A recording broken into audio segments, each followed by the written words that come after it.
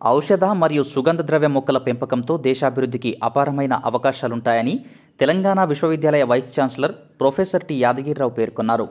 కేంద్రీయ ఔషధ సుగంధ ద్రవ్య మొక్కల పరిశోధన కేంద్రం సీమ్యాప్ హైదరాబాద్ వారి ఆధ్వర్యంలో ఔషధ సుగంధ మొక్కలు మరియు వాణిజ్య పంటల సాగుపై బుధవారం రైతులకు నిర్వహించిన అవగాహన సదస్సులో వర్సిటీ రిజిస్టర్ ప్రొఫెసర్ యాదగిరిరావుతో కలిసి ఆయన పాల్గొన్నారు. ఈ మేరకు వారు మాట్లాడుతూ భారతదేశానికి వ్యవసాయ రంగం వెన్నెముక లాంటిదన్నారు. దేశ ఆర్థిక వ్యవస్థ సుస్థిరతతో ముందుకు వెళ్లాలంటే వ్యవసాయ రంగంలో ఔషధ మరియు సుగంధ ద్రవ్య పంటలను వాణిజ్య పంటలుగా అభివృద్ధి చేయాలన్నారు. అటు కేంద్ర ఔషధ మరియు సుగంధ ద్రవ్య మొక్కల పరిశోధన కేంద్రం శాస్త్రవేత్త డాక్టర్ జ్ఞానేష్ ఏసీ మాట్లాడుతూ రైతులకు పలు అంశాలపై అవగాహన కల్పించారు. ఈ కార్యక్రమంలో డిచ్పల్లి మండలానికి చెందిన దాదాపు 100 మంది రైతులు పాల్గొనగా వారి సందేహాలను శాస్త్రవేత్త నివృత్తి చేశారు. ఈ కార్యక్రమంలో ఉన్నత్ భారత్ అభియాన్ ప్రాజెక్టు మరియు research and development cell coordinator doctor Vasam Chandrashekar సమన్వయకర్తగా వివరించగా, సహ సమన్వయకర్తలుగా doctor Mavurapu Satyanarayana Reddy, doctor Sirisha Boyapati, doctor A Punnaiah, doctor Nagaraju, doctor Sailu, doctor Ganga Kishan, doctor Kiran Rathod, doctor Narsaiah, doctor Sharath, ఆచార్య Aparna, doctor Kiranmayi, doctor Mahendra Aileni, senior technician YVV S Swamy తదితరులు పాల్గొన్నారు. న్యాచురల్ క్యాలమిటీస్ లో డిస్టాండ్ కాకుండా పోవడంతో రైతులు తీవ్రంగా నష్టపోతూ ఉన్నారు. ఇవన్నీ కూడా కొన్ని మన ఎడ్యుకేషన్ లో ఎట్లయితే ఫ్యాన్సీ ఆఫ్ ఐడియాస్ ఉంటాయో అగ్రికల్చర్ లో కూడా కొన్ని ఫ్యాన్సీ క్రాప్స్ ఇంట్రడ్యూస్ చేస్తున్నారు.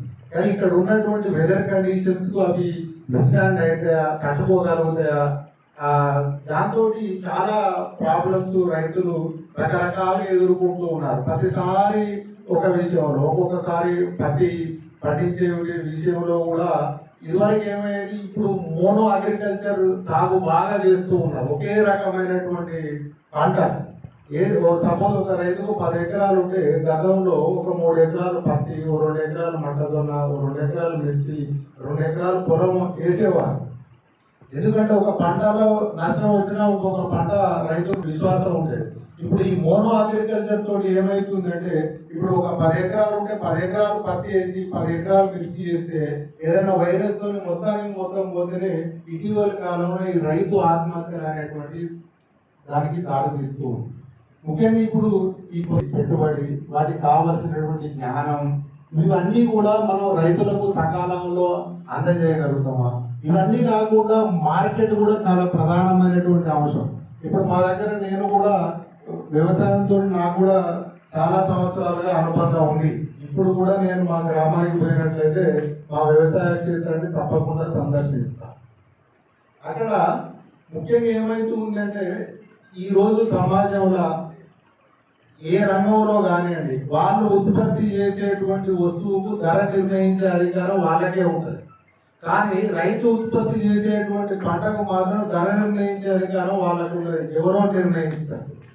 ఇప్పుడు ఈ సంవత్సరం పత్తి మిర్చి పోయిన సంవత్సరం 40,000 రూపాయల కింటా ఉంటే కంపల్సరీగా గడ్డపర యూజ్ చేసుకోవాలి, లేదంటే షార్ప్ స్టిక్ ఉంటే ఓల్ చేసుకోవాలి. 5 to 7 సెంటీమీటర్ డెప్త్ ఓల్ చేసుకోండి, తర్వాత ఇది పెట్టి క్లోజ్ చేసుకోవాలి.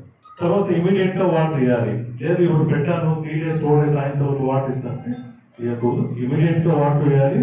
యూరియా డిఏపి ఇమీడియట్ గా అప్లై చేయకూడదు. గ్రీన్ వచ్చిన తర్వాత యూరియా డిఏపి. ఇంకోటి పశువులు ఎరవయ్యే టైంలో అది కంప్లీట్ డీకంపోజ్ అయిందా లేదా చూడాలి. ఎందుకంటే చాలా మంది ఏం చేస్తారు, అది కంప్లీట్ డీకంపోజ్ డైరెక్ట్ గా ఫీడ్ అప్లై చేస్తారు. ఏమవుతుందంటే అది నుంచి ఫంగస్, ఇంకోటి వీడ్ ప్రాబ్లమ్స్ ఉంటుంది. అందుకోసం ఏమిటంటే ఒకసారి టచ్ చేస్తే ఎరువులు హీట్ ఉంటే అది డీకంపోజ్ అవ్వలేదంట, కూల్ ఉంటే కంప్లీట్లీ డీకంపోజ్ అవుతుంది. ఆ ఎరువులు ఫీల్డ్కి యూజ్ చేసుకోవచ్చు. తర్వాత గ్రీన్ వచ్చిన తర్వాత ఒక బ్యాగ్ యూరియా డిఏపి వాడితే చాలు. 2 కట్టింగ్స్ ఒక్కసారి వేయాలి. ఫస్ట్ కటింగ్ 100 days వస్తుంది. ఒక కటింగ్కి 4 to 5 tons వరకు ఆకులు వస్తుంది. దీనికి పెస్ట్ డిసీజ్ ఏముండదు. అంటే వాటర్ నిలబడే సాయిల్ సూటబుల్ కాదు.